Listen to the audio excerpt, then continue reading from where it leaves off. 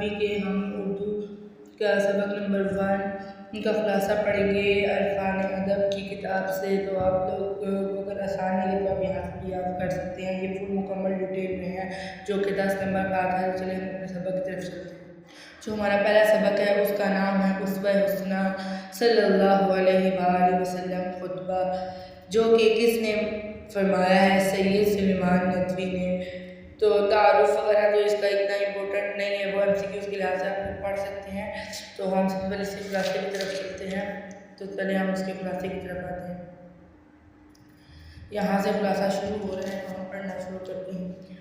خدا کی محبت کا اہل اور اس کے مستحق بننے کے لیے، یہ سب سے پہلے ہیڈنگ ہے یہ ہماری، اس میں بس ایک ہی ہیڈنگ ہے، آپ چاہیں تو ہر پیراگراف کے اوپر ہیڈنگ بنا سکتے ہیں تو لیکن میں نے اس میں ایک ہیڈنگ نہیں کہ ہر کچھ بچوں کو ہیڈنگ اتنی یاد نہیں ہوتی۔ ہر مذہب کے شروع کرتے ہیں۔ ہر مذہب نے ایک ہی تدبیر بتائی ہے اور وہ یہ ہے کہ اس مذہب کے بارے میں جو عمدہ نصیحتیں کی ہیں ان پر عمل کیا جائے، مگر اسلام نے اس سے بھی بہتر تدبیر اختیار کی ہے یا بتائی ہے ہمیں۔ اس نے پیغمبر اکرم صلی اللہ علیہ وسلم کا علمی مجسمہ ہمارے سامنے لا کر رکھ دیا ہے، جو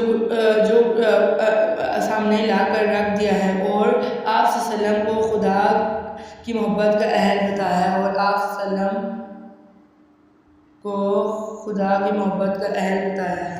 اسلام میں 2 چیزیں ہیں، کتاب اور سنت۔ کتاب سے اللہ کے احکام ہیں اور جو قرآن مجید کی شکل میں موجود ہیں، اور سنت پیغمبر اکرم صلی اللہ علیہ وسلم کے بتائے ہوئے راستے کو کہتے ہیں۔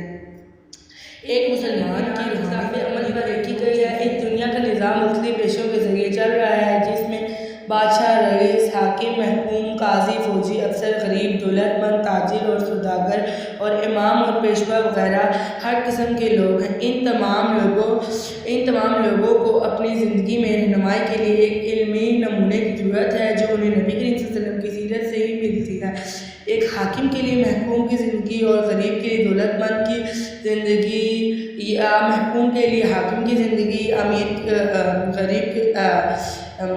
کے لیے غریب کی زندگی کا کامل نمونہ ہو سکتی ہے۔ ہمیں اپنے اعمال، افعال جیسے مثلاً سوتے ہیں، اٹھتے ہیں، کھاتے ہیں، پیتے ہیں، پہنتے ہیں، اتارتے ہیں، ہنستے ہیں، روتے ہیں، سیکھتے ہیں، سکھاتے ہیں، کھاتے پیتے ہیں، سان لیتے ہیں، دیتے ہیں وغیرہ قرض ہر کام میں ہدایت کی ضرورت ہے، جو ہر نئے پیش آنے والے صورت میں۔ اس کے علاوہ ہمارے اعمال، قلب، وہ افعال جن کا تعلق دل و دماغ سے ہے، مثلاً ہم کبھی راضی ہیں، کبھی ناراض ہیں، کبھی خوش ہیں، کبھی غم زدہ ہیں، کبھی مصائب سے دوچار، کبھی نعمتوں سے مالا مال، ان سب حالاتوں میں ہم مختلف جذبات کے تحت ہوتے ہیں۔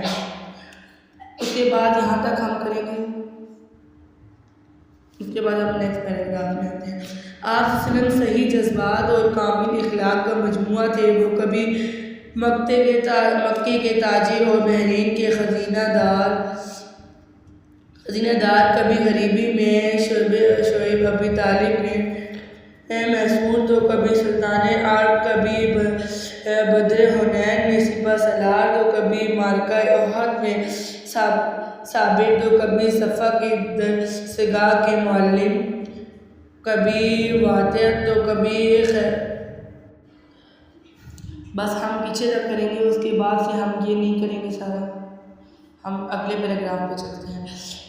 بس تھوڑا سا خلاصہ رہ کے یہ مکمل ہو جائے گا۔ اس لیے طبقہ انسان کے ہر طالب علم اور نور ایمان کے ہر مطالعے کے لیے صرف رسول اللہ صلی اللہ علیہ وآلہ وسلم کی سیرت تجارت کا ذریعہ، اور جو سخاوت، شجاعت، بہادری وغیرہ ہے اس کی مثالیں ہیں، جو انسان کی دنیا کی بادشاہی کے ساتھ آسمان کی بادشاہی کی بھی بشارت دیتی ہے۔ بس ہم یہیں تک کریں گے اور یہ نہیں لکھیں گے، جس میں سے ہم نے کچھ لفظ۔ محمد صلی اللہ علیہ وسلم کا وجود مبارک ایک آفتاب عالم تھا، جس نے پہاڑ، میدان، کھیت، جنگل، باغ، ریگستان اور بہتی نہریں اپنی استطاعت کے مطابق تابش اور نور حاصل کرتے ہیں۔